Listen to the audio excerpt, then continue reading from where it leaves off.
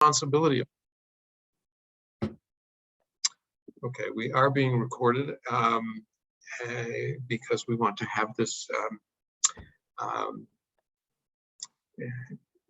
available for others who can't be with us. So the students have been remarkable. These were intensive courses in 1 week.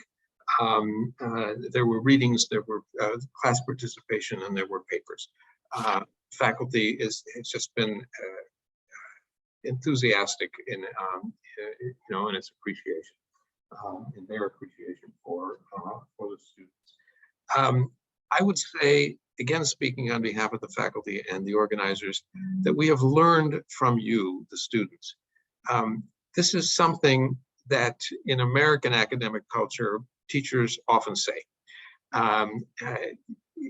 In this case, I think it's extraordinarily more meaningful. And the faculty members will make comments as they wish about it. To me, widening out the lens a little bit from individual courses to the entire Flying University, it seems to me a vindication of the liberal arts approach to teaching. There was a wide array of topics. They certainly added bits of information to each student. They also trained in skills, certainly English, but also in the skill of how to engage with others on a topic that may not have been familiar to begin with.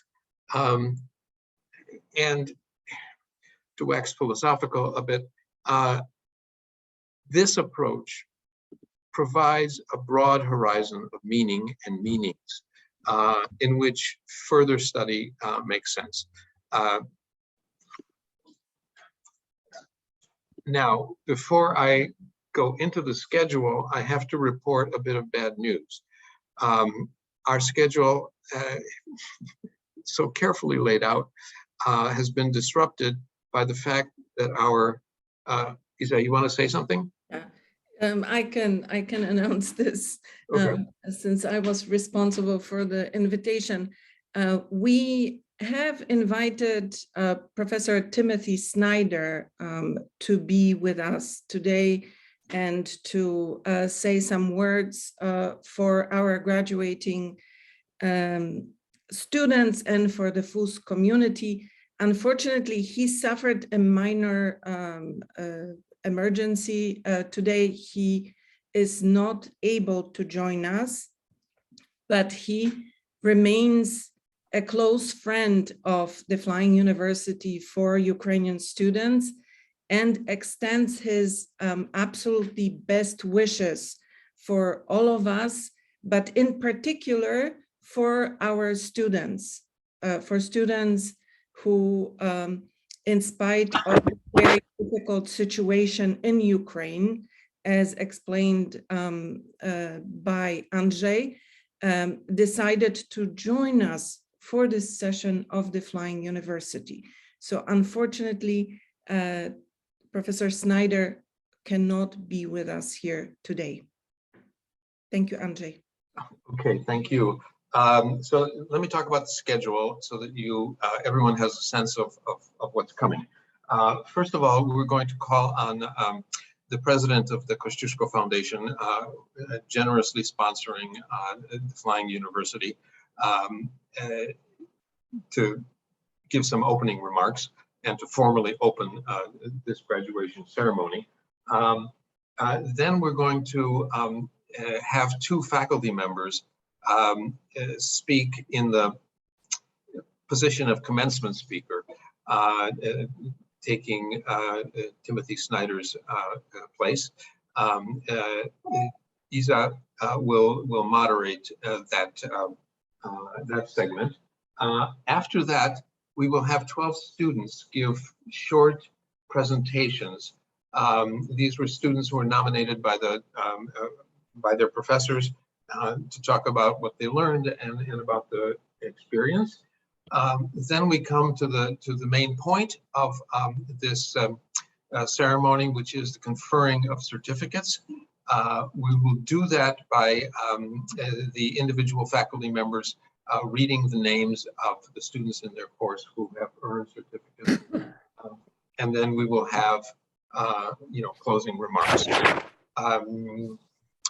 So that's the schedule. I appreciate your patience, your forbearance with the last minute changes. And now let me introduce the president of the Kosciuszko Foundation, Marek Skulimowski, who will formally open this ceremony. Andrzej, thank you so much. And again, I'm the president and the executive director of the Kosciuszko Foundation. The foundation was established nearly 100 years ago. And actually, the founder came to the United States from the area which is right now almost on the near Polish and Ukrainian border. And the foundation has a long tradition of supporting students, scholars in need. It was during the Second World War and also during the communism in Poland. And we proudly continue this tradition, helping Ukrainian students and scholars. Now, I was in Poland when the war started, and I did not waste an hour and immediately rushed to the Polish-Ukrainian border. In the meantime, with Alex Dorożiński, the chairman of the Kosciuszko Foundation, who wasted no time and started a fundraising campaign at the Kosciuszko Foundation to help Ukraine and Ukrainian refugees. The raised funds were used mostly for humanitarian aid at the beginning, to assist the refugees along the border in large Polish cities and in Ukraine. We still support regular deliveries of humanitarian aid across Ukraine and in Poland, but we quickly realized that the war is not going to be over anytime soon. Apart from the urgent humanitarian aid, the Kosciuszko Foundation has undertaken long-term efforts to help Ukrainian students, artists, and scholars. The program is called Freedom Starts With Your Mind and includes assistance for those who had to flee their homeland. A grant, for example, a grant program in Poland. The Flying University for Ukrainian students is part of it. The idea of Flying University for Ukrainian students was brought up by Professor Andrzej Tymowski and Professor Izabela Kalinowska-Blackwood. Thank you so much. Let me also express my sincere thanks to distinguished professors from American universities who provided the lectures for free. Again, my sincere thanks. Last but not least, I'm very grateful to Alexandra Nowickaja from the Stony Brook University and the Kosciuszko Foundation Poland team, Professor Grażyna Czetwertyńska, Emilia Gromadowska, and Alexandra Kujawska. Without their help, we wouldn't be able to organize this program. And thank you for joining the Flying University for Ukrainian Students. And I do hope we will be able to continue this wonderful idea, so deeply rooted in the Polish history and resistance tradition. And congratulations to all the students. Thank you, Mr. Skulimowski. Isa, would you now moderate the next segment, which is the talks of the faculty members? If we could end by 9:30, that would allow time for the students to speak. Thank you. Yes, let me just make sure that Jennifer and Andrea are here and ready to speak. I am going to first ask Professor Jennifer Klein from Yale's History Department. Jennifer Klein is the Durfee Professor of History in the field of 20th century US history. She works on urban history and labor history in particular. We are very grateful to all of our faculty and to Professor Klein for joining us for this session of the Flying University. And I would now like to ask Professor Jennifer Klein to share some thoughts with us. Hi, everyone. Thank you for joining us again under the most trying of circumstances. And I want to commend everyone for taking on challenging material in unfamiliar fields. And as mentioned, your contributions and your ideas have showed the ideal of what a liberal arts course and curriculum can be. We've heard people from different disciplines and perspectives generating complex and rich discussions that I think have created not only understandings of the past and well-known texts, but a new collective knowledge. I mean, we're all facing these really critical global questions now of what is going to be a democratic order moving forward? What are the terms under which global capitalism functions? What is going to be dignity and security in a world where migration is perpetual? And you've helped us generate not only, I think, the beginnings and the foundation of a collective knowledge on these topics, but also, I think, some real tools to help work on those going forward, and showed us that the tools, the mechanisms, the means of the humanities are part of addressing those challenges of our world, that being able to read closely, to parse propaganda, to raise questions, generate alternatives, and most importantly, to see that history is never a linear trajectory, that battles won, battles lost are not permanent, that social struggles go on under new conditions. So I think this is what we've gained from the humanities. My course in particular was labor history, class politics, and democracy. And what we were able to do was not only learn how to read primary sources in conjunction with literature by scholars, but to look at the quotidian, daily work, community, households, autonomy, and to see those in conjunction with the absolute major, profound questions of gender roles, race, citizenship, capitalism, immigration, and democracy. To see that the bridge between those are matters of respect and dignity. How do people achieve these on both the individual, household, community, and social level, and solidarity and freedom? And I'm so impressed that as your country is at the forefront of a global fight to maintain democracy and to actually define it for the future, that we're able to help you in that project through the skills that we have of education. We're moved by your desire to pursue education, new learning, and enlightenment, and for inspiring us in what we do. And so,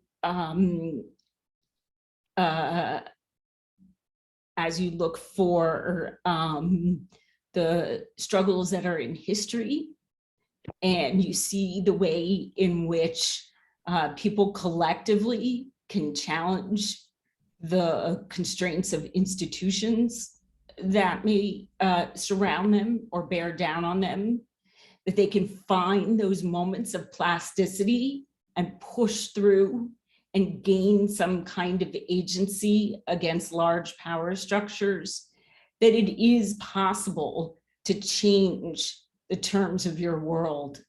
And it's not immediate and it's not perpetual, but we can find those pockets of resistance and we can redefine how we live our lives, through gender identities, through ethnic and national identities. And I'm proud of the fact that we are now an intellectual community that sees the importance of ideas as well as political action. Thank you. Thank you very much, Professor Klein. I would now like to ask Professor Andrea Bollman to take the floor. Professor Bollman is Associate Professor in the Department of Music at the University of North Carolina, Chapel Hill. She studies the political stakes of music making and sound in the 20th and 21st centuries. Andrea. Thank you, Isa, and thank you, Jennifer, for those comments. My comments are a way of setting up a moment of collective listening for us as a group that comes out of the course that I taught on sound, music, and political change, in which we spent not most of our time talking about the present in Europe and the present in Ukraine, but making connections between historical moments of resistance and contemporary movements of resistance and social change elsewhere, and connecting them to some of the really meaningful solidarity, memorial, and motivational musical practices that are going on both in Ukraine and beyond in response to the full-scale invasion. One of the things I'll do is talk a little bit about the music I'm going to play and share what my class, what we talked about together in this piece and in this performance in particular. But I'm also going to throw into the chat for everyone the playlist that we generated as a class. It's in a Google Doc. You should be able to click on links. And this is generated by students in the class, connecting music that I brought to music that they were listening to. So it's very much in the spirit of sharing different opinions, different musical preferences, different musical backgrounds, and different maybe places in the journey of life. It's all over the place, but we invite you to share this music that meant so much for us to talk about. One of the things listening can do in a moment like this, but also in a moment of commencement, in a moment of completing a project and taking stock of what you've learned, is enable you to, or us each as individuals, to reflect on our own voices and what we've learned from conversation, from disagreement, and from maybe negotiating some shared and collective goals. The performance I want to play is one that is orchestrated and performed by a group of students a year ago at Berklee College of Music, at an institute, at a summer institute that was designed to respond to a racial reckoning in jazz education in the United States, that noted that people in positions of power had a divergent demographic experience and identity from those who they were teaching, and that the predominantly white institution in which jazz was one of the most important musical art forms being taught didn't have a connection to the history of jazz as an art form. And the students put together a performance of an incredibly important anthem for the movement for Black rights, but also for civil rights more broadly in the United States. It's the song Lift Every Voice and Sing which is known by some as the Black national anthem, but by many as a kind of unofficial anthem at different points in the history of the United States. It's about 115 years old. And it's like many anthems, very solemn, very hymn-like at points. It asks people to sing together to make sense of their different voices. In the performance you'll see here, it also highlights the strengths of the individual, and it retells an old story, the story of Exodus, survival in the face of persecution, in abstract ways, using symbols that we, no matter how we relate to the movement for which this was written, that we can hear in connection to our own selves. And that's very much the spirit of invitation in which this video was made. And I'll play just the beginning of this for a couple of minutes. And I just ask you to listen to it in from your own position. Perhaps you're fascinated by how these people can sing and the joy and creativity they offer. Perhaps you're interested in the lush musical togetherness that comes across.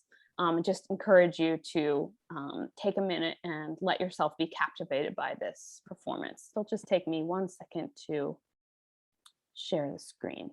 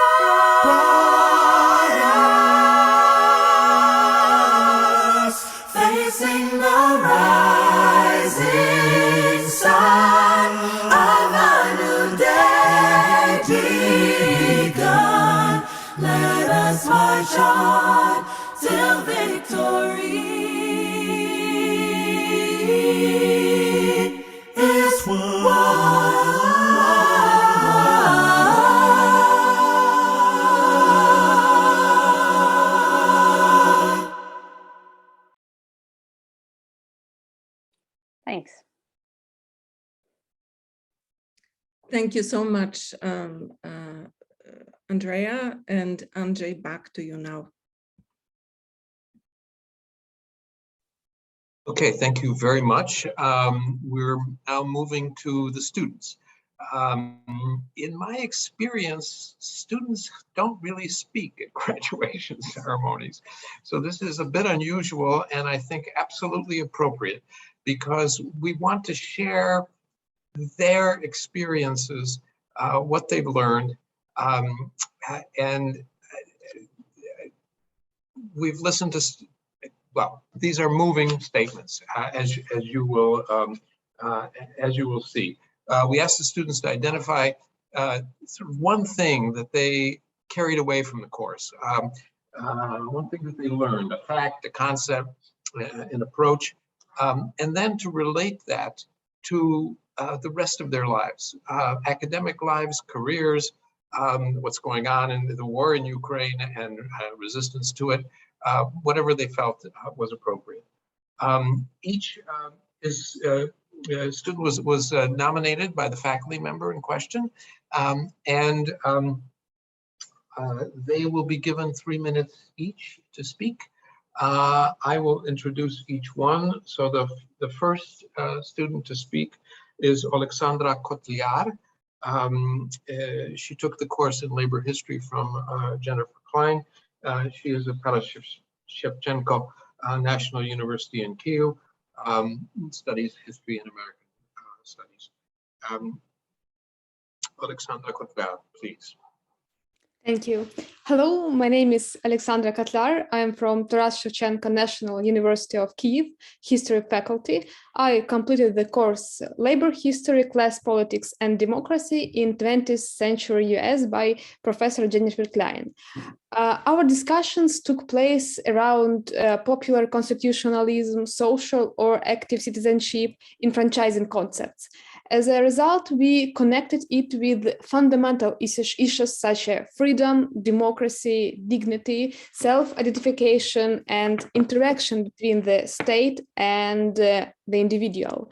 I like that we analyze them on the basis of specific cases in American labor history. Moreover, it was very valuable to trace the evolution of interpretations of these concepts, and especially our modern reflections from different points of view.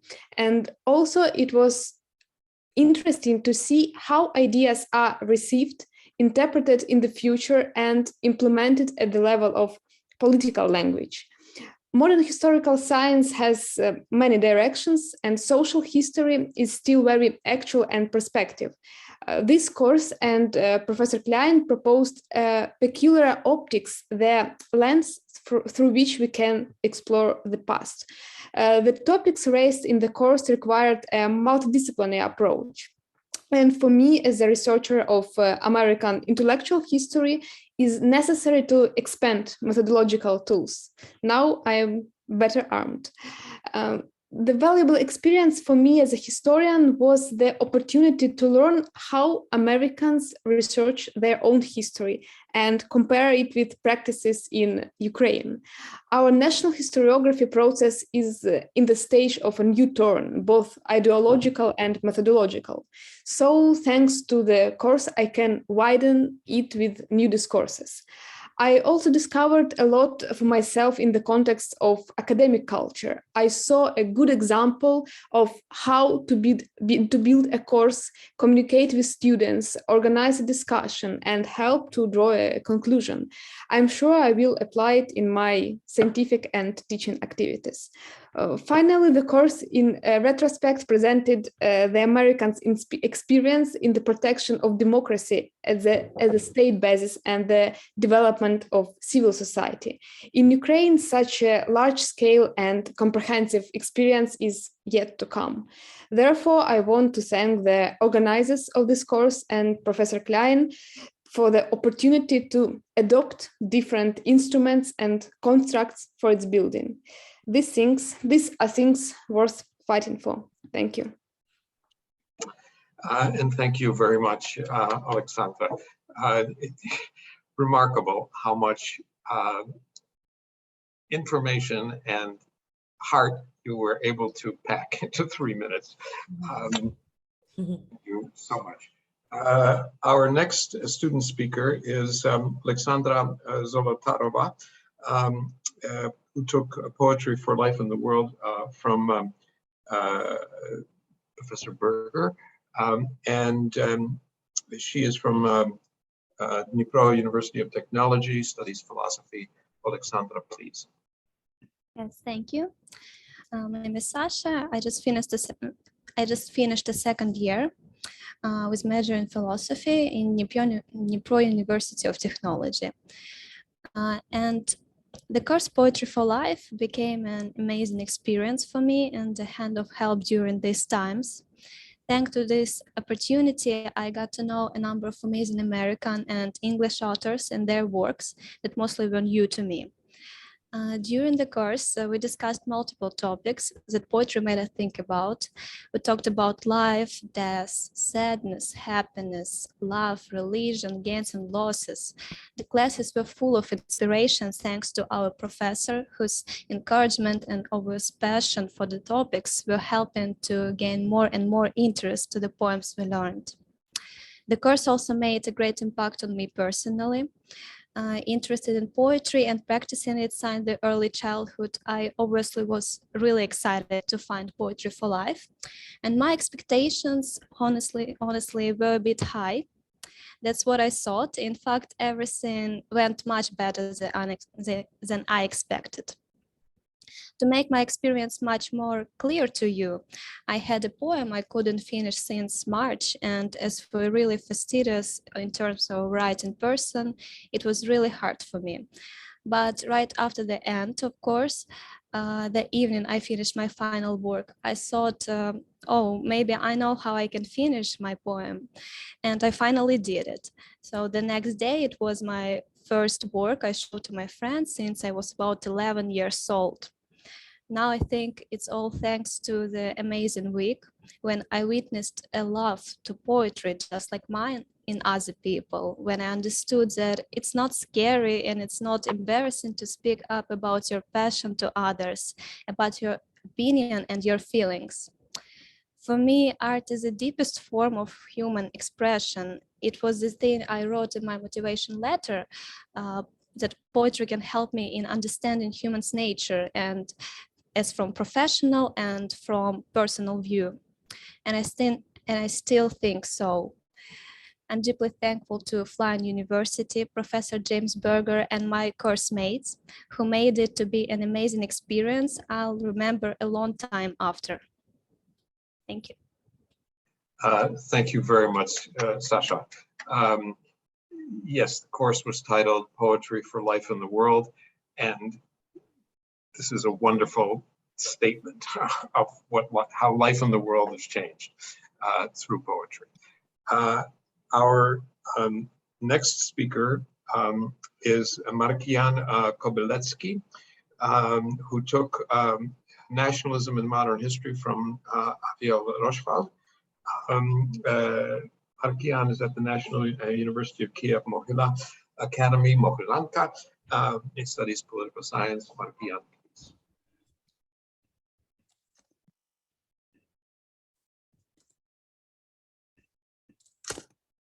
Do you hear me? Yeah, okay. Thank you for the introduction. So I probably will begin. I think the biggest insight for me was that nation isn't a natural object that existed for thousands of years, as we like to think. It's a modern invention, and a nation is created by people who believe that they deserve to be a ruler of their own life and their land. I think nation is created by people who believe in liberty and equality. And nation is created by people who believe that this community that exists is not united just by an accident, but they are united by values, common history, and a bright future. And this way I understood that how big the responsibility that lays on my generation is. A nation only exists if we preserve it, if we preserve our culture and history that was destroyed by centuries of Russian Empire ruling. Understanding that development of nation and national identity is vital for the development of society and process of modernization that Ukraine is undergoing right now. Values of nation, common history, and myth is that glue that connects people from very different regions, ethnicities, and experience. And it allows them to trust each other better and to cooperate more productively. And nation isn't static. The quote from Renan comes to my mind: nation is a daily plebiscite. Nation is a dynamic process of dialogue and reinvention. I think that's why this course was so important for me. We communicate our values with stories that are important for us, and in this exchange, the common history and vision is created. In the course, people from very different regions and universities and backgrounds exchanged ideas and visions. We didn't have grades, and it really felt really honest and real. And in connection with modern Western academic thought, it really helped me to understand the development of nation better. I believe that only through dialogue we can understand our past better and develop a more powerful vision for the future. This way we can consolidate Ukrainian society, legitimize our institutions, and achieve victory that will ensure peaceful and better life for our future generations. Thank you. And thank you very much, Markian. I will say this in response to your talk, but I mean it for all the talks. The success of the student, which you have displayed, is really the success of the teacher. And it shines through. You know, what you have learned in the class shines through in what you said. Thank you very much. Our next student speaker is Veronica Nova. She took the course in Democracy in Aeschylus Aristeia from Lewis Rose. She studies at Winnifred University. Veronica, please. Yes, hello everyone. I'll only add that I'm also studying international relations. Okay. I'll begin my speech. So justice means doing what is good for communities. This is the leading idea of the Aristeia, the tragedy written in the 5th century before Christ by Aeschylus. As an eyewitness to and participant in some important events of his life, Aeschylus had made a revolution by adding the importance to dialogue. So an ancient Greek tragedian gave the audience an opportunity to see the story enacted before them, to make their own judgments about its meaning, to realize the power of dialogue and persuasion, to be aware of a role of a consciousness of community and its participation in the polis survival. Though in the trilogy we can see the Orestes, the hero's transformation, that also represents the historical changes taking place in Athens in that period. By changes, I mean the development of democracy in Athens after wars. Those changes were described by Aeschylus in the third part of the Aristeia, the Humanities. So as we can see, the political and social background powerfully influenced the Aeschylus, and he finished an innovative tragedy with deep and important significant meaning. So the participation in this course was an excellent experience to me. Before its beginning, I was worried I won't be able to take part in all discussions fluently and to the writing parts accurately. Furthermore, I was afraid I wouldn't be able to understand the Aristeia. This and more other fears often accompany me, so I adopted my decision to send a form and to confirm my participation in course.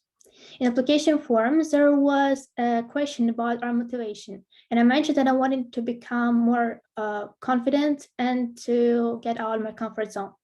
I feel nowadays that I learned to speak the way that everyone hears me.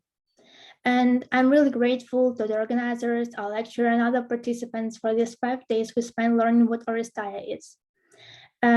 The effort and support from Professor Rose and engagement of fellow students made this experience remarkable, and it will be definitely useful in my future study. So thank you. And thank you very much. Yes, a mission of the liberal arts is to move us out of our comfort zones. And you did that and you met that challenge. Congratulations to you. Our next speaker is Andrei Kulik, who took government information and democracy from Professor Barry Sullivan. Andrei is at the Winifred Center University and studies political science. Andrei, please. Yeah, thanks. Actually, one small remark. I was at University of Petkovich, but yeah. So hi everyone. I'm glad to be here and be the person who will tell you about our experience with Professor Sullivan and his course, Government Information Democracy. Before diving deep into what we've learned about the topic of the matter, I just want to say a couple of words about our lecturer, Professor Sullivan. In my opinion, the most important thing, if you're willing to have a successful course, it's motivation to learn and talk from both sides. Needless to say, that format which Professor Sullivan chose for this course, seminar, really showed its efficiency. We talked for 90 minutes straight, and sometimes it was even hard to stop. I want to tell you all of Professor Sullivan's accomplishments, but it's hard to find such a suitable professor for this particular course. Professor Sullivan dedicated his life to law, and our group surely was lucky enough to have a week with Professor. As I mentioned previously, we've been taught a course called Government Information Democracy. We started from Edmund Burke's speech to the electors of Bristol, dated back to the 18th century, and finished our talks while inspecting law cases from nowadays regarding different approaches to access to governmental information. For me, personally, as a freshly graduated political science bachelor, it was interesting to look at the relationship between government and people from a law's point of view. Also, I was always interested in Western examples of law, as there is already vast experience and cases to look at, which Professor Sullivan kindly prepared for us. And even though we focused on laws about access to information, it really showed the difference between Ukrainian and others' judicial systems, and it's also highlighted parts where we could improve. However, I do think that education is not only about knowledge, it's also about meeting new people. I'm glad we had time not only to talk about law and government, but also know each other a bit more and discuss the current situation at our Wednesday meeting with Professor Sullivan. I'm sure not only for me, those hours spent talking with Professor Sullivan gave an opportunity to distract from current hard times and consider yourself as one of the students at Loyola University, Chicago. To wrap up everything I've said, I just wanted to thank every person behind the Klein University program for giving us such an opportunity in these trying times. I also want to thank Professor Sullivan for his sincerity and all his wisdom shared with us. And I am certain that new knowledge will come in handy for everyone here. Thank you. And thank you very much, Andrei. We did ask that students not spend a lot of time expressing gratitude, but on the substance. But I have to say that you integrated your appreciation for the professor with the content very well. Thank you so much, Andrei. Our next student speaker is Valeria Kamzalakova, and she took the course titled Frankenstein and the Rights of Monsters, taught by Professor Deardre Lynch. Valeria is from Uzhhorod National University. Please. So hi everyone, my name is Valeria Kamzalakova, and as it was said, I'm a student of Uzhhorod National University. So I took part in a Frankenstein and the Rights of the Monster course. It was dedicated to the Shelley's novel Frankenstein. The novel is still topical nowadays, even though it was written in the 19th century. There are such topical themes in the novel as social injustice, women's rights, racism, and much more. Also, the author judges totalitarianism and its devastating consequences. It was really exciting to read and then analyze the novel with Deardre and my classmates. I guess Shelley's Frankenstein is now one of my favorite novels. This course made me perceive the story differently. It made me to perceive the Frankenstein's creature story from an absolutely different point of view because I thought that he was merely a monster, but he was a victim of social injustice and prejudice. So it taught me that monstrosity, as well as beauty, is merely in the eyes of the beholder, and we should treat everyone equally despite of their nationality, race, and other factors. Also, speaking about how it influenced my life, well, I guess I improved my communication English skills by having such interesting discussions with my classmates and Deardre. And I guess that's it. Thank you for the attention. Thank you very much.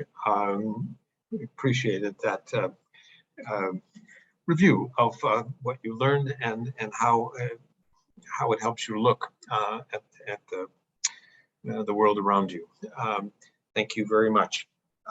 Our next speaker is Ratmir Tuchaninov, who took the course in Winifred Sullivan on the trial of Joan of Arc.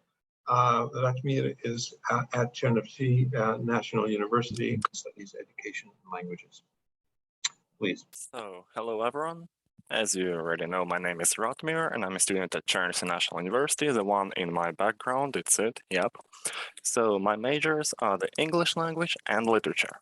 And I've completed the course covering the trial of Joan of Arc conducted by Professor Winifred Sullivan of Indiana University. We've read the full transcript of the trial, translated into English, analyzed the reasons and consequences, and also discussed the peculiarities of this case. The most prominent fact was that this is the longest documented trial of the medieval times. We can see issues like manipulation, disinformation, and even political corruption. And unfortunately, these are still present in the modern world, which we can experience right now in Ukraine and around. I believe that this course will help us remember to critically evaluate all the information we read.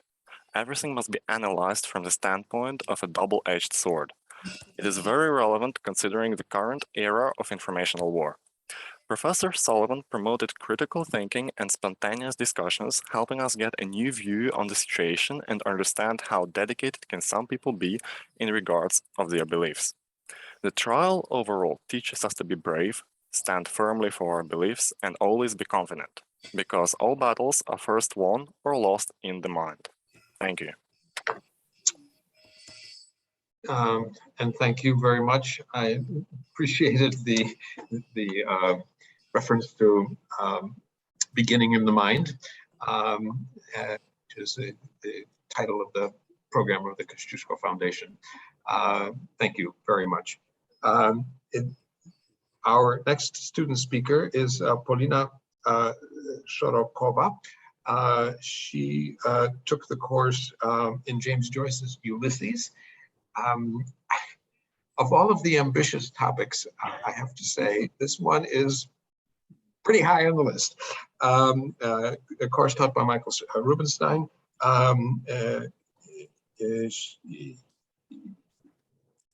Polina is at Kharkiv National University and studies English philology. Yeah, Please. hello everyone. Yeah, so my name is Polina Shorokova, and this year I received a bachelor's degree of English philology, as you said, in Kharkiv National University. And in Fine University, I attended the course on James Joyce's Ulysses, as it was said before.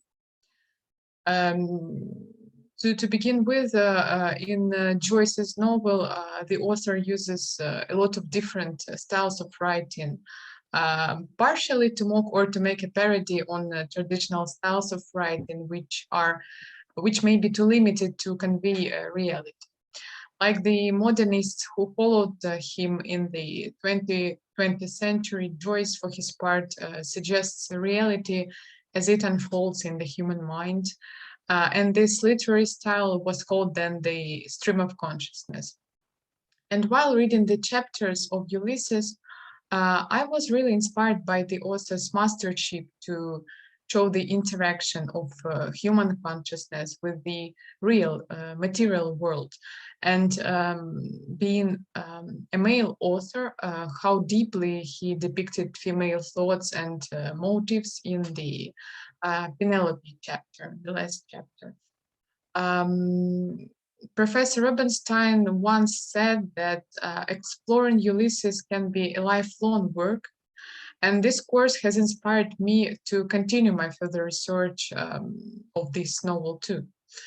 The course will also give me the opportunity to see in what way Joyce's masterpiece influenced the whole age of modernism in general, and the whole generation of modernist writers in particular, such as Samuel Beckett, William Faulkner, Virginia Woolf, and many, many others in my further research.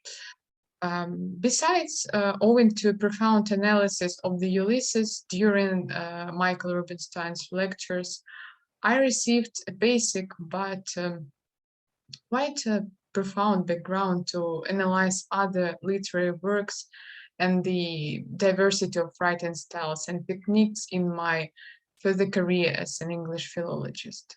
So thank you so much. That's it.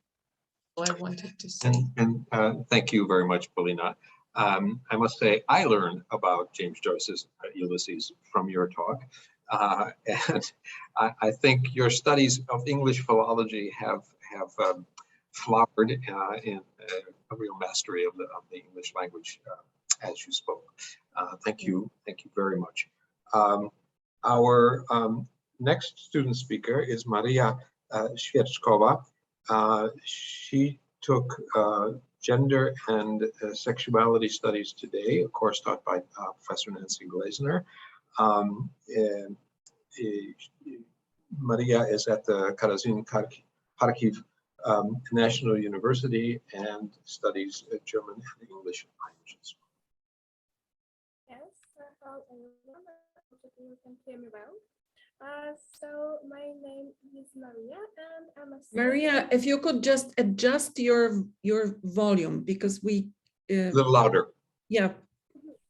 Okay, so I must say that when I was signing my application for the program, I was a little bit afraid because it was a new experience for me, a different educational system, and not so new but still present challenge of speaking in front of the crowd.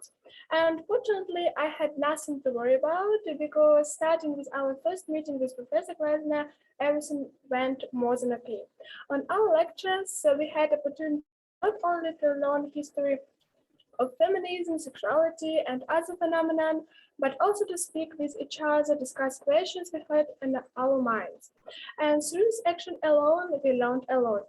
For example, this experience really helped me to open up, and I gained many skills during our studying. I learned not to be afraid to speak up first, because even though we all may be a little bit unsure to take first step, but after the first said word, you can see that many people have a lot of great ideas and thoughts to discuss.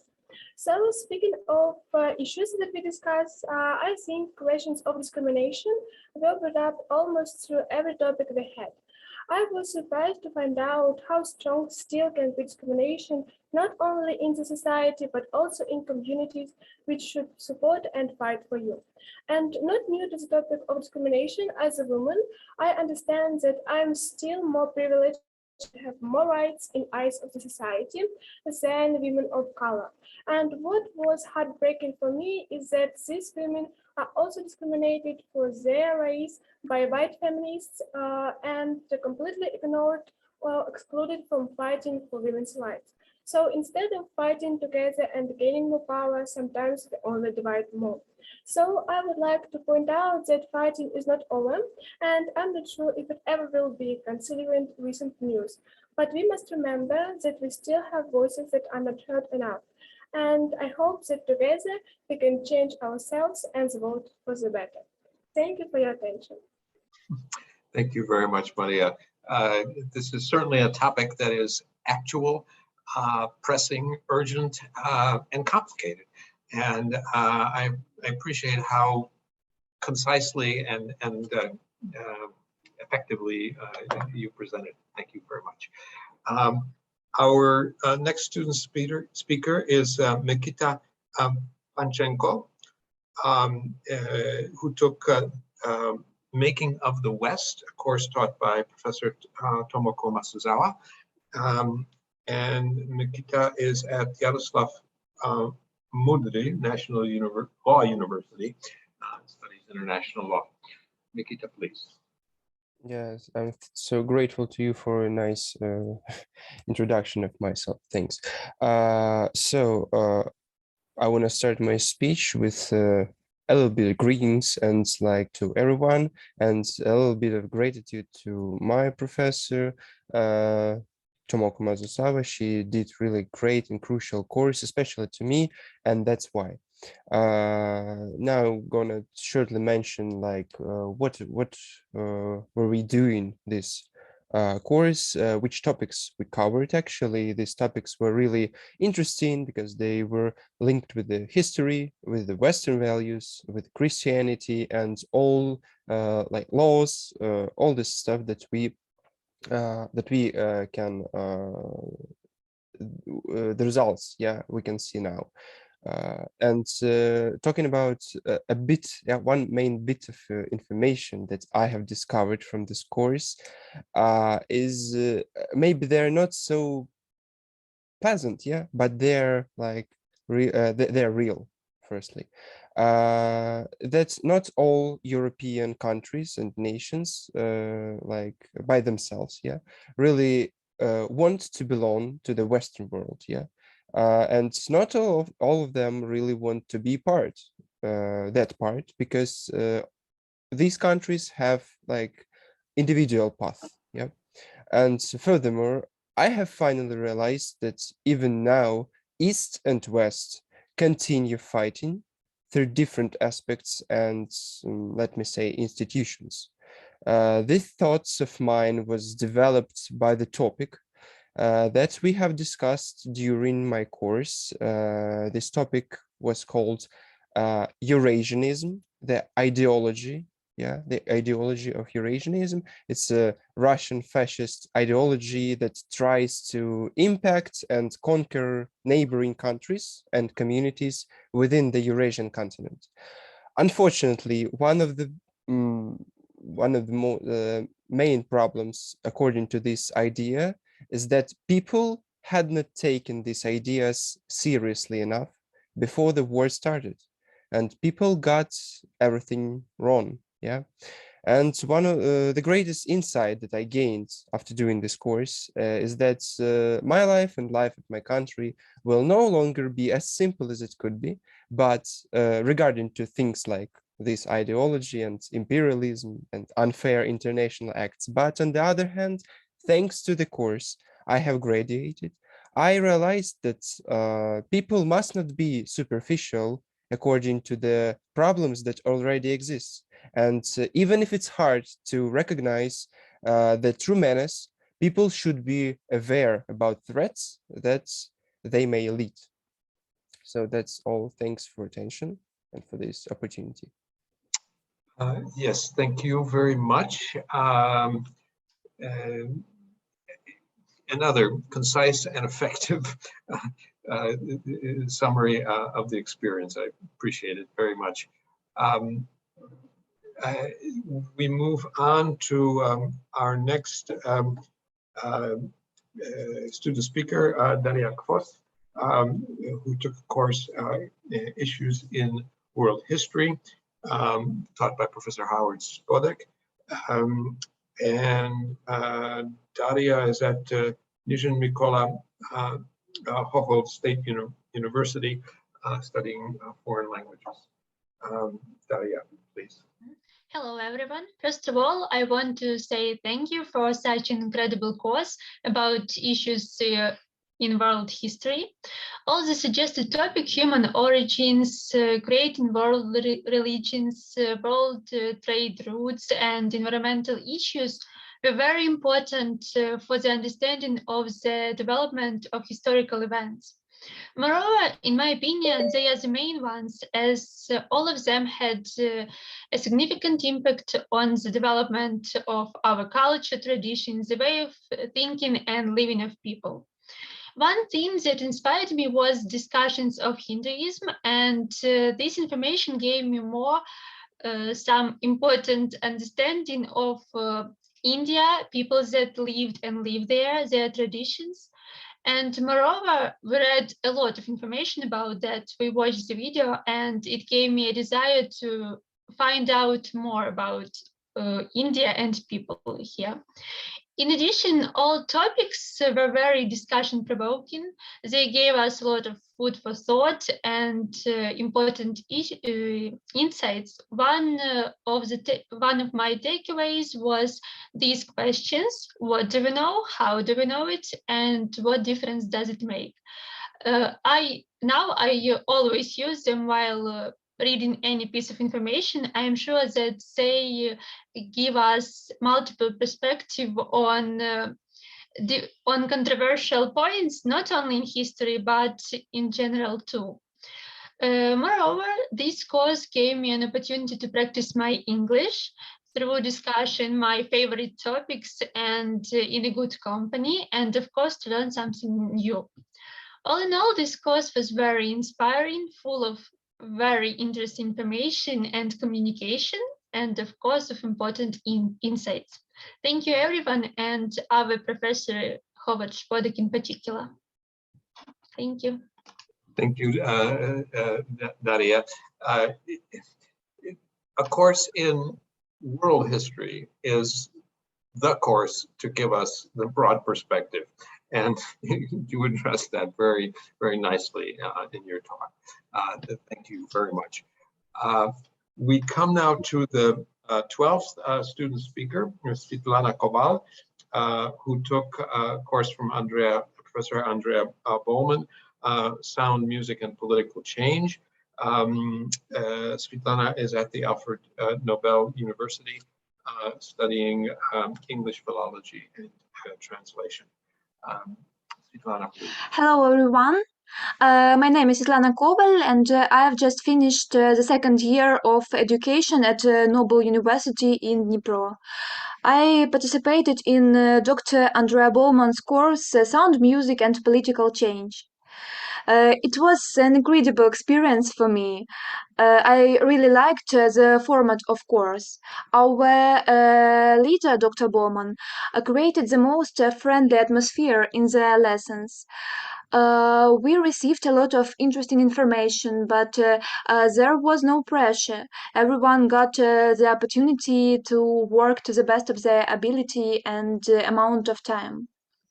I especially liked the idea of optional assignments.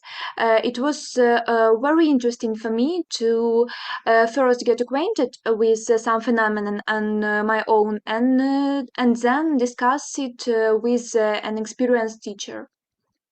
Dr. Bowman introduced us to different types of music. To be honest, it is difficult to surprise me with anything as I'm a musician by the first profession. Therefore, what hooked me the most may be a little bit atypical.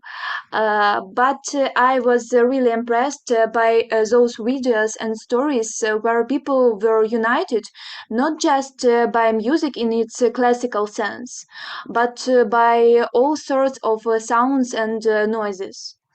Dr. Bowman made me think about how powerful sound is and how historical its influence can be. But amazing facts and information are not all that I got out of this course. It definitely helped me to summarize my musical experience regarding political life in Ukraine.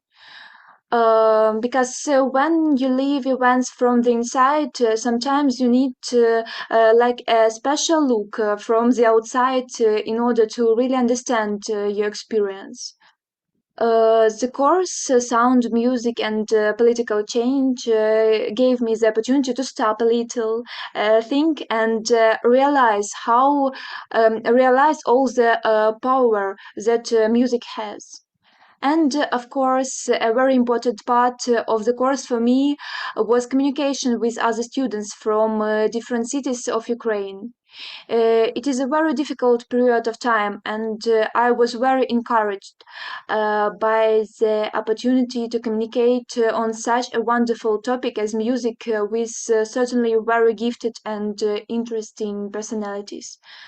Therefore, I would like to express my gratitude to all the organizers and to Dr. Bowman in particular for such a valuable experience. And I hope there will be more projects like this in future.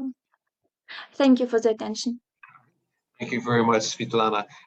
To my mind, and my limited understanding of musicology, you have captured exactly the leading edge of musicological studies. That is not simply limited to what we consider classical songs or music, but all sounds. So thank you very much for that. And let us give a round of applause to all of the 12 students. They were simply remarkable. Simply remarkable. Thank you very much. You are truly the leaders of Ukraine in the next century. We now move to the main part of this ceremony, which is the conferring of certificates.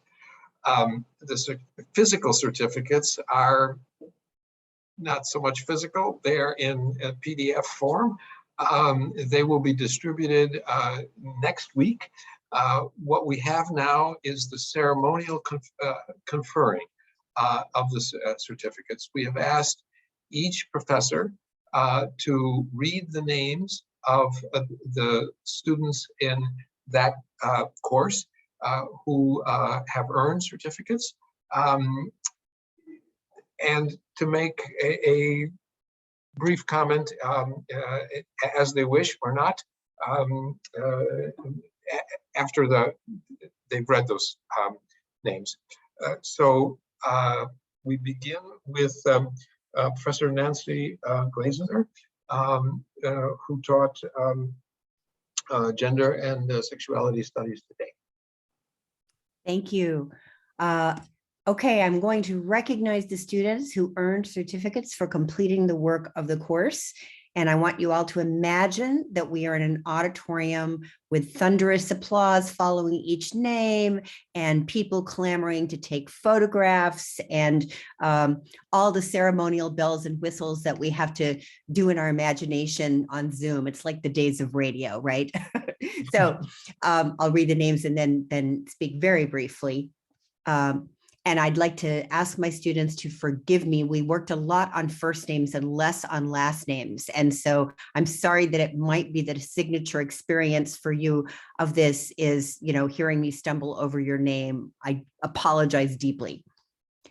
Darya Hrenova, Anastasia Ivanishna, Alexander Kobylinski, Darya Patsanovska, Polina Shlaikova, Darina Shurhai, and our speaker today, Maria Svierchkova. And I just want to say that the students in this course did excellent work as we took a flying tour of gender and sexuality studies, a field that was new to them. I was filled with admiration for their sense of purpose, their ability to focus on this work at a difficult time. And they're also smart, curious, and kind people who formed a lovely intellectual community for the short time we spent together. So congratulations to my students, and please keep in touch. Thank you very much, Professor Glasener. We move to Professor Howard Spodek, who's teaches history at Temple University. Thank you very much. I have 5 students to congratulate on their completion of the course. Daria Chvost, who spoke just a moment ago, Karina Pervesheva, Alexander Petrenko, Vladislav Povoletsky, and Elizaveta Vasilieva. All of them made the course a joy to teach and to find out. I wanted very much to thank everybody who made this project possible, from the first seed of an idea to the full realization of the Flying University. I wanted to thank the students who participated under the most difficult of circumstances, those who joined from outside Ukraine, those from inside, from areas of relative peace, and those from areas under nearby shelling. I was really struck one day when one of the students said, "There is shelling going on around me. I have an appointment next week with a psychologist." I mean, these are conditions that I'm not familiar with, thank God. I can hardly imagine. And thanks for the opportunity to teach issues of world history at a time and in a place where contemporary world history is being made. Thank you very much, Howard. We move on to Professor Barry Sullivan, who I've lost my place here. So Barry, please say again your course and your university. My course was on government information and democracy, and I teach at Loyola University Chicago. I'm very happy to call these students to receive their certificate. Valeria Derkach, Valeria Kuliba, Andrei Kulik, who you heard from, Anastasia Namenko, Olena Oryakova, Katerina Rushkina, Anastasia Sorokina, Yulia Yusova, and Anna Voronina. And if I could just say a word, I want to thank the organizers and also these wonderful students I've had. We had some wonderful discussions during the week, and I certainly found them enriching. One reading that we didn't do was anything from Justice Louis Brandeis, but in thinking about what the theme of the course was, I can't help but add that Justice Brandeis once said that the highest title, the greatest status in a democracy was that of citizen.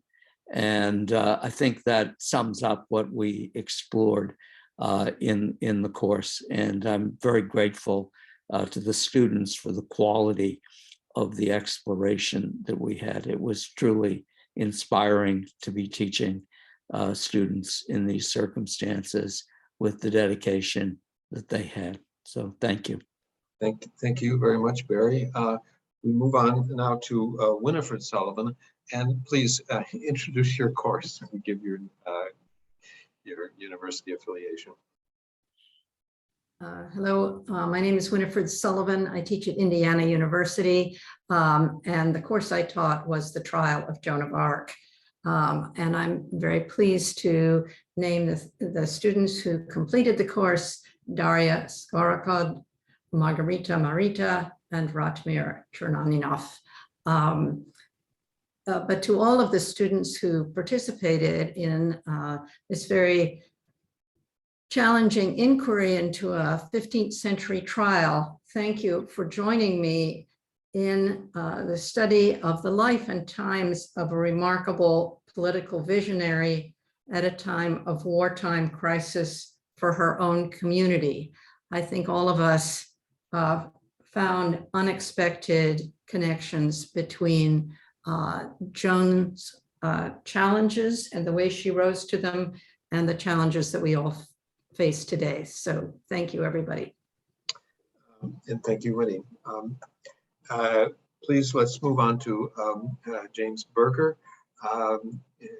introduce your course at your university? Yes, hi. Yes, I'm James Berger, and I taught a course of poetry for life in time of crisis. I teach at Yale University.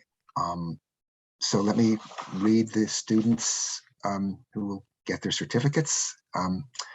Oglujan Agayeva, Nicolas Bilai, Kate Boivan, Kate Kolasneva, Alexandra Lamanova, Sofia Lapa, Valeria Petrushko, Aliona Romanchak, Maria Vorobiova, Valeria Yakovleva, Sasha Zolotarova, Anastasia Shepetko, and Christina Tariotti.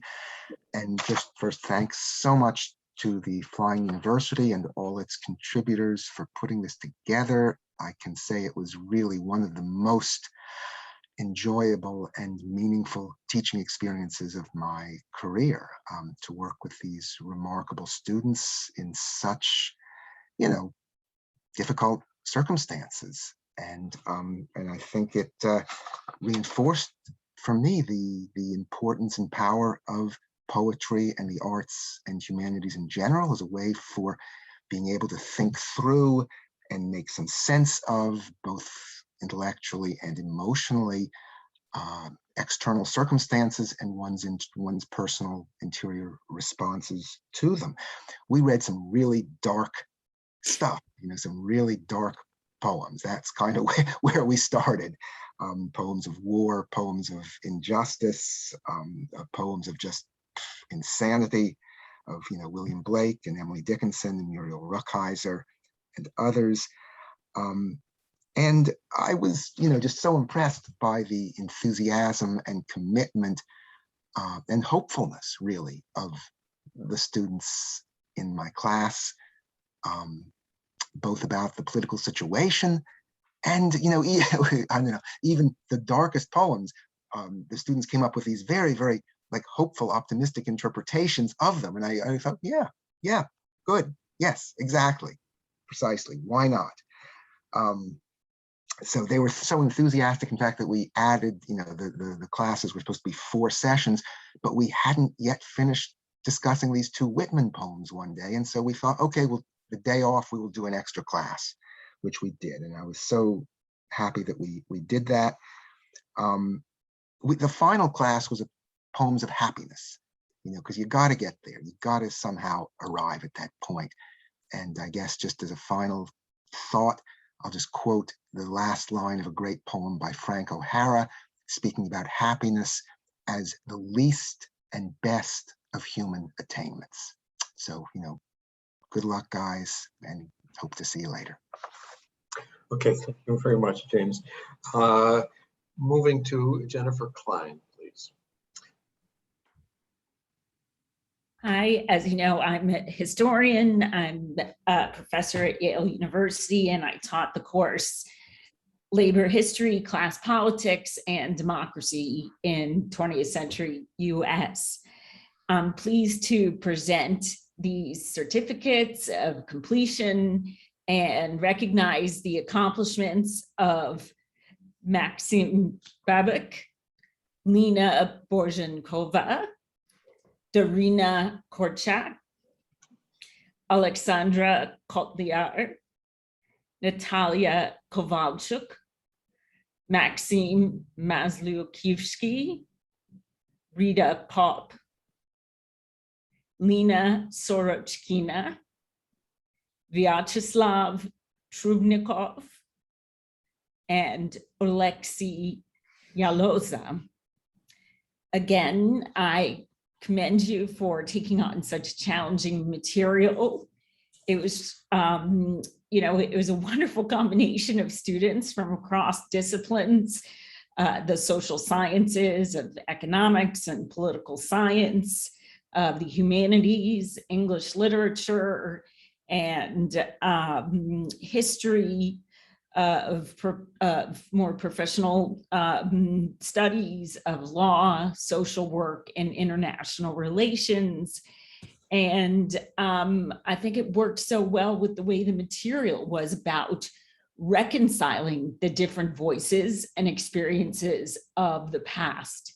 How do you put together these pieces to reconstruct what was happening and the variety of experiences? And to see the way in which studying labor history and class politics enables us to peer into the construction and working of racial hierarchies, gender hierarchies, the experiences of power and of community building. I was personally very moved, as I think all of the faculty were, by your desire to pursue education, new learning, and enlightenment in the middle of trauma, but also in a way as a response to trauma and as a way of working through a traumatic time and preparing for what will come next. It's really been my honor to be that teacher and to really, I think, give us the encouragement in terms of the work that we do. So thank you to the Klein University, to the foundation, and to the students who, were really willing to try so hard in a language that is not their primary language, to dive into, again, the case studies of everyday life and connect them to very big and very profound questions. So when you reach your dark moments and you may feel down, despair, depressed, just remember, again, the music that we listen to in the class, and find your way to YouTube and put on Mavis Staples and listen to I'll Take You There. There's a place and you can go there together. Thank you very much. Let's ask Professor Tomoko Masuzawa to read her students' names. Please introduce yourself, Tomoko. The course again and the university.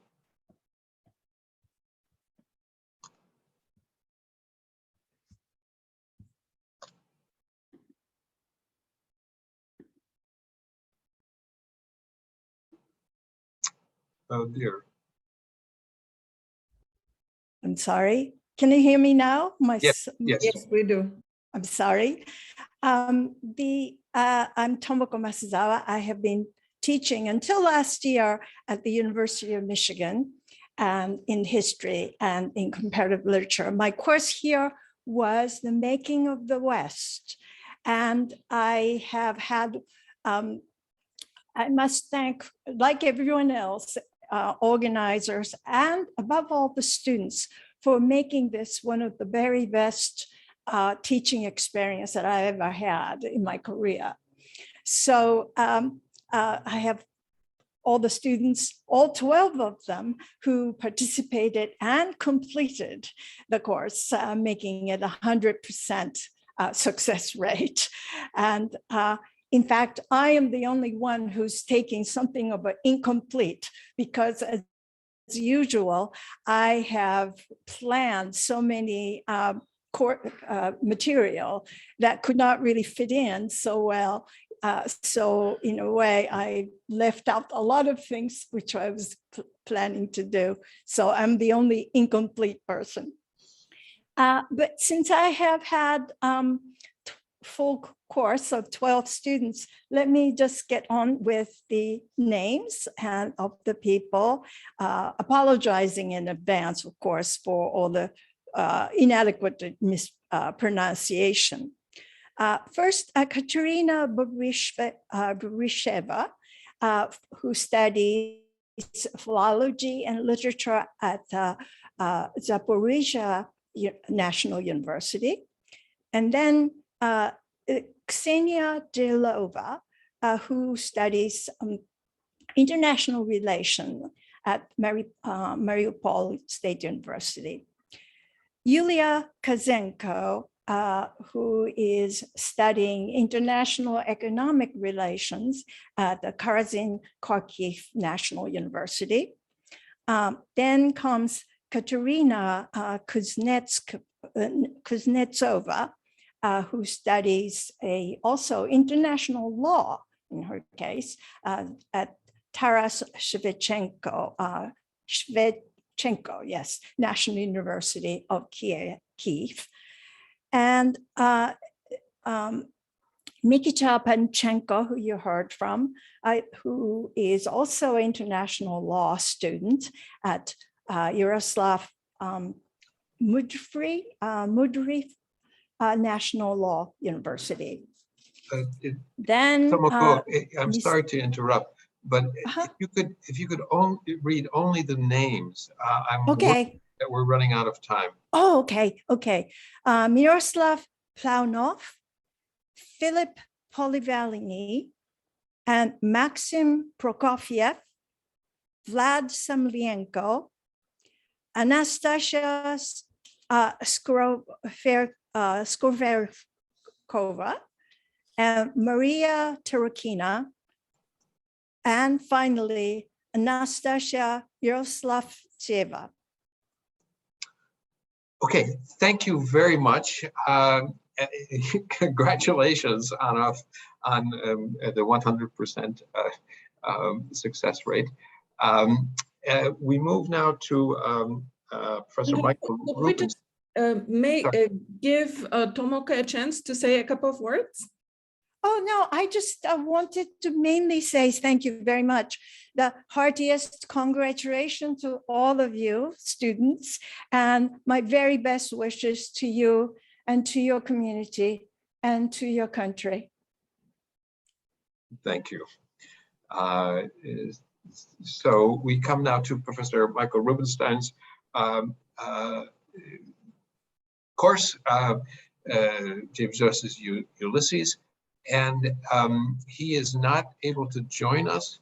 Actually, I'm here if you want me to. Oh, you are? Want me to read the name, go ahead, yes, I will. Well, a good surprise. Thank you. Yeah, no, it's a little chaotic here, but not too bad. I think I can get away with this. All right, so I'll read the names of, I think, 11 students who graduated from my class on James Joyce's Ulysses. Anastasia Baklasko, Christina Benzibak, Marta Donchak, Victoria Krasnilova, Ivana Nepivoda, Polina Shorakova, Anastasia Sokolova, Daria Todorishnia, and Anna Yurchenko.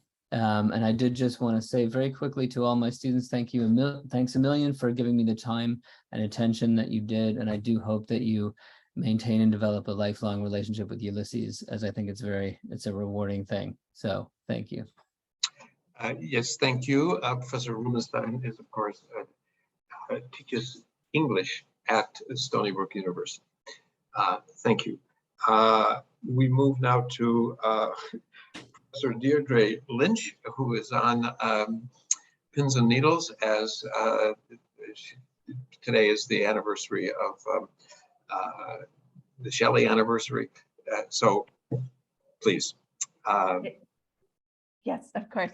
Thank you, Andre. So I'm Deardre Lynch. I teach in the English department at Harvard.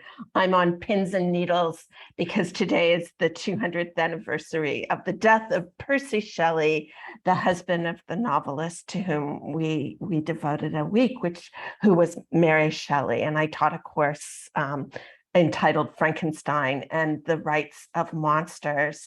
I could say so much about the curiosity and the courage and the creativity and the humor of the 12 students whose names I'm about to read. I also had a 100% completion rate. And I'm very grateful to this group of students for confirming to me once again the remarkable capacity that Mary Shelley's novel Frankenstein has to vault across the centuries and speak to our moment and once again kind of make us think hard about justice and inequality and rights.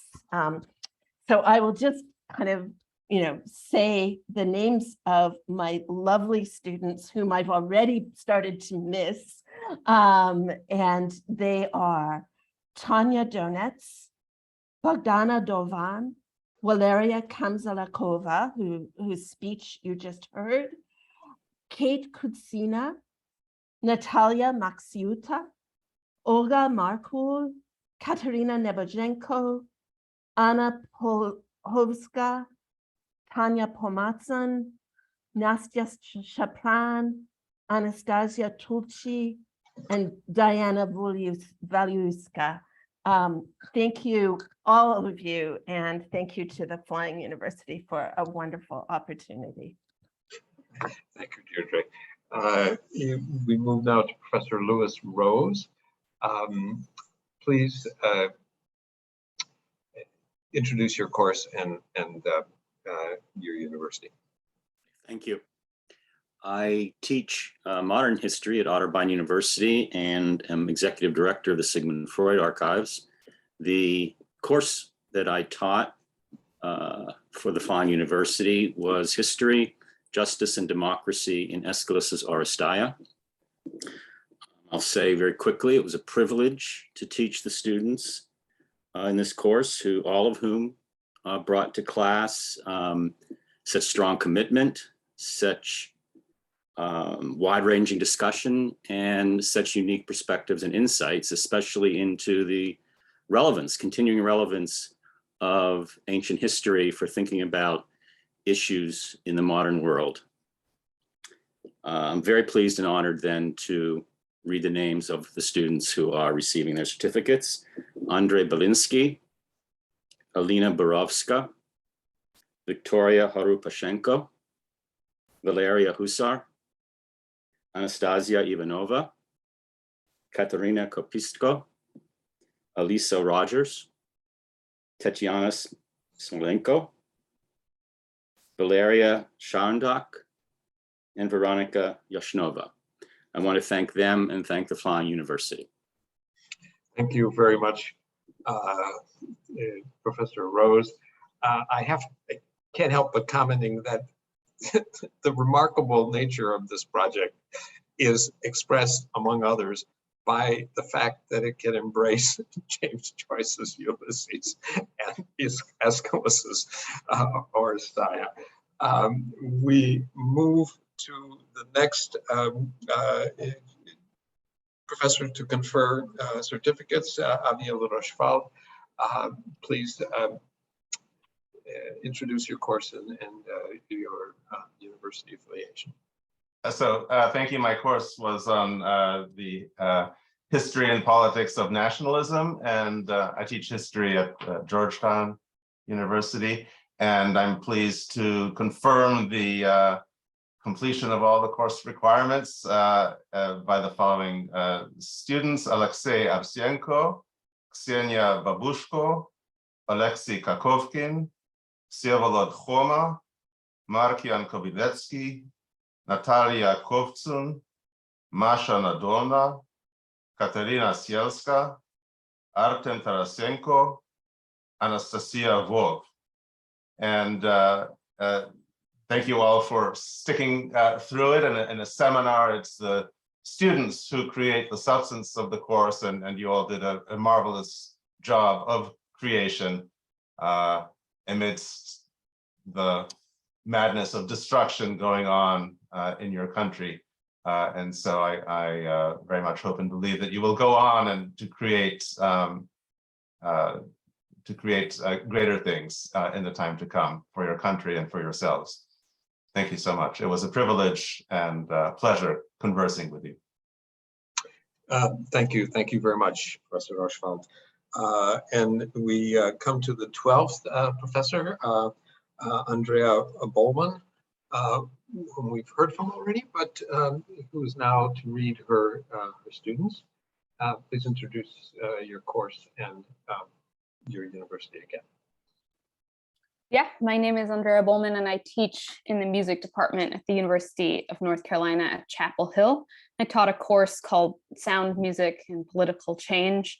And I spoke a little bit about it, but would just like to thank all of the students for participating, for being willing to sit and listen together. One of the things that feels oh so valuable in a time where we're dispersed apart and especially the students couldn't be in their homes. Like to read the names of the students who are getting certificates for this class, and also thank those who are still working on their essays that I hope to read. It's just encouragement if we are in that position.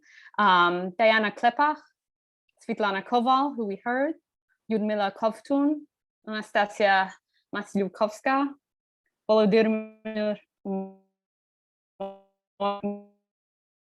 Rostislav Ostatnin, Darina Sadova, and Valeria Shelest. So thank you to everyone. And maybe as a concluding thought, I'll just offer my deep appreciation for how the students invited conversations about sound and listening as ways to get in touch with anger, resilience, but also healing and community.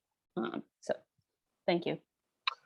Thank you. Thank you all professors. And I'm going to follow Nancy Glazner's suggestion that we engage fully our imaginations.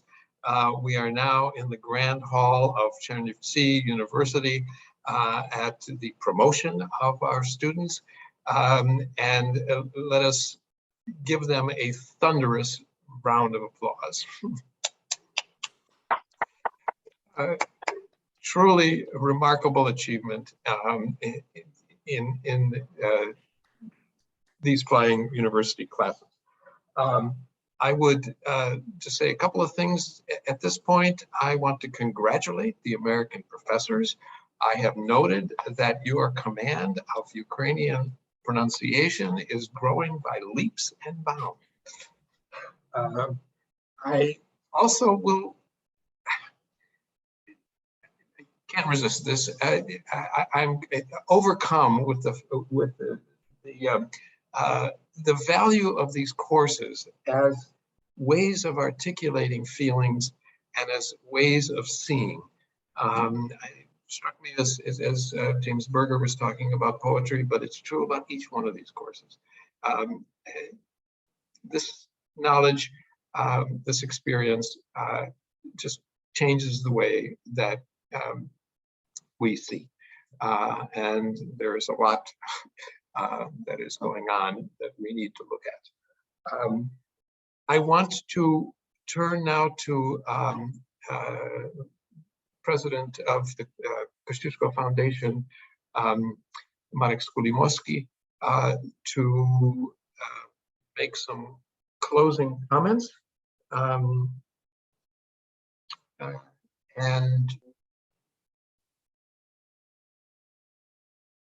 Thank you, Andrzej.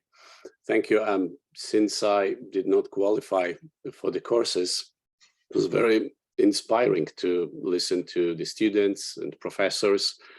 I really missed that chance to be a part of it and to participate in the courses. That it must have been very, very interesting. And also let me tell you that the Flying University system, Flying University was an educational system during the partition of Poland. And that was the Polish response to the Germanization and Russification in the 19th century. So the Flying University for Ukrainian students is our response to the Russian invasion. And let me congratulate to all the students again. It was really wonderful to listen to all of you. And my thanks to all those who contributed to the project. And hope it will be continued. Thank you so much. Okay, and thank you very much, Marek. I see that Marcy Shore has joined us, and I wonder if we could ask you, Marcy. Well, for a minute, and say hi to Chochi's students, okay? You just stay here, your books are here, okay? Okay, I'll be back in a couple minutes. What? No, no, no. I'm gonna say hi.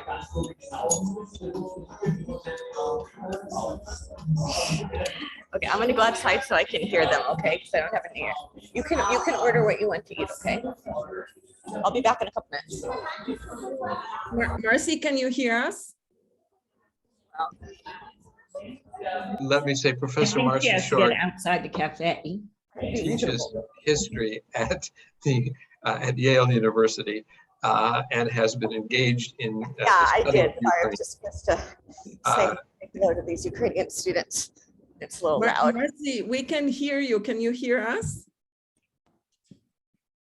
I don't see. I think she muted herself instead of unmuting herself. Hear me? Yes. We can Yes. hear you now. Okay, hi, I'm sorry. I was kind of unprepared. I don't have my earphones. Sorry, there were just multiple various crises going on. My husband somehow managed both to like cut his finger, end up in the hospital, and then lock himself in his office. But everything is okay. And the quote of the day from my daughter, who I was just very late to pick up because my husband didn't pick her up, was, "Mommy, an Austrian parent would have had this all under control." In any case, I'm sorry I didn't get to listen. I caught a couple of your testimonies about the course. I was talking to Isa a lot as she was organizing the course. I see some of my colleagues, Jen and Jim here.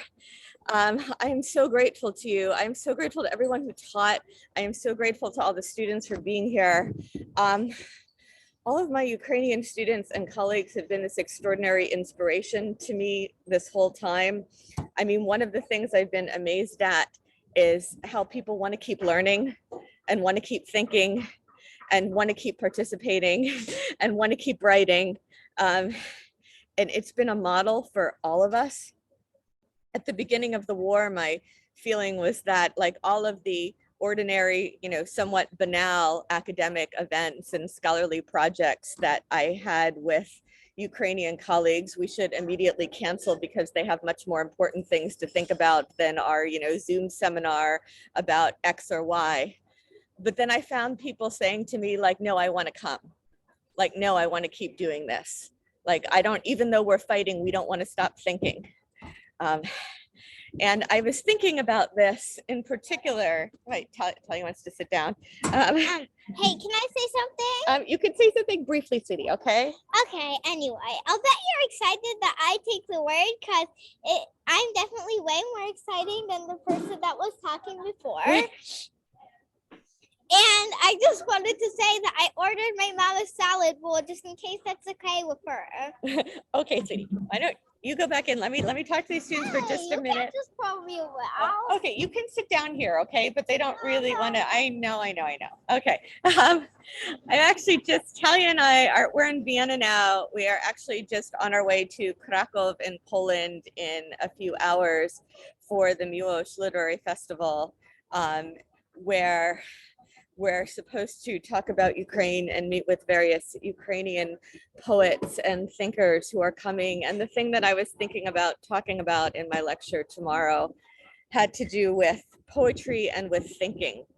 And I wanted to start with Hannah Arendt. Actually, maybe I'll start with my daughter. I promise I'll only talk for 2 minutes, because one of the things my kids have been asking obsessively since the beginning about this war is that why is this happening? Why is Putin doing this? Why are, Russian soldiers coming to kill people? Like, why are they listening when something isn't true? And one of the things I've told her, and I've told both my kids, is that, I'm a historian of the 20th century. Like, I work on Nazism and fascism. And we have a whole lot of incredibly smart colleagues in history and literature and sociology and social psychology and anthropology and political science who have really understood a lot about how racism works, how xenophobia works, how fascism works, how totalitarianism works. Like, we really understand a lot about these phenomena. There's been a lot of work done, a lot of thinking done.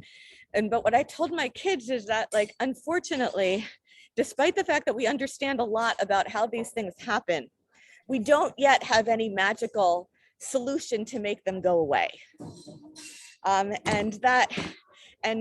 Talia, my daughter, child of the pandemic, who just turned 10, she said, well, we need a vaccination. We need a vaccination against manipulation, which of course rhymes in English, vaccination against manipulation, when I try to, oh, thank you, sweetie. Oh, you ordered me a salad. That was very nice and unexpected. A vaccination against manipulation. And I said, well, you know, the best vaccination that we have is education. The best vaccination that we have is thinking. Hannah Arendt was right about that. There's no substitute for thinking.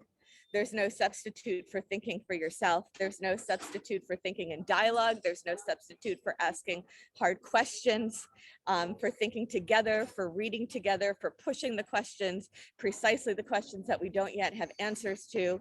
And so we don't have a magical pill to make evil go away, which I really, really wish we did, because I don't seem to have been able to save the world, and none of us have magically. But when I see all of you here, you know, reading poetry and reading philosophy and studying history, you know, and thinking about comparisons, you know, and thinking about categories as hermeneutic devices, you know, and thinking about things from the perspectives of different people in different times and different places, I think this is really what we have. And this is really our best hope. And we've got to keep doing this.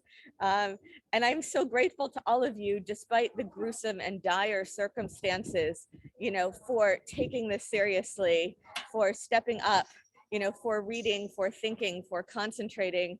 All our hope is in your generation. We are all counting on your generation. It's kind of on you to like save the world. And we are hopeful that we can support you in any way we can. So thank you all. I hope to see you at some point in real life. I'm actually going to Budapest next week to meet with some Ukrainian students. I think women, all of them, coming for a summer school from the Invisible University, which I'm very excited about because it's rare that one gets to meet with people in person this time. I am sending all possible good karma your way, and I am hoping we will see each other soon. Pisla Peremochy, that new expression that I learned when the war started, which I like, Pisla Peremochy. And I hope to see you all soon in liberated Ukraine. Take care. Thank you very much, Marcy. Appreciate the effort that it took to give these comments. Listen, and I also appreciate that we've been talking to each other for 2 hours online. So I would like to bring the talking to conclusion. I hope that Alex can and Andrea can give us some music to listen to for the last 10 minutes of this of our 2-hour period. And please, I'm looking at the chat, which is odd for me because I can't do 2 things at one time. And I see just a tremendous activity there. So why don't we use the next 10 minutes and go to the chat. Say what you want to say to your professor, to your students, to each other. That'll be a lovely record of this experience. And thanks to Marcy, we have a slogan, never stop thinking. Thank you all very much for this experience. Felicx, can you give us some? Yes, I can, and I will in a second. But first, let's thank Andre and Isa, the 2 people who came up with the entire idea of the Klein University. We would not have been here without you 2 folks. Thank you so much. And Thank you, needless to everyone. say, our secret weapon is Alexandra Kotliar. Without her, we would not be talking to each other. Well, you probably still would be, but yeah. All right, I'm going to just play some music, but yes, let's chat and let's just pretend. Let's imagine that we all are in a big university hall in Chernihiv, right? For example, and then we are going to socialize and chat and maybe have something nice to drink and eat and just be happy and merry. And I'll stop recording.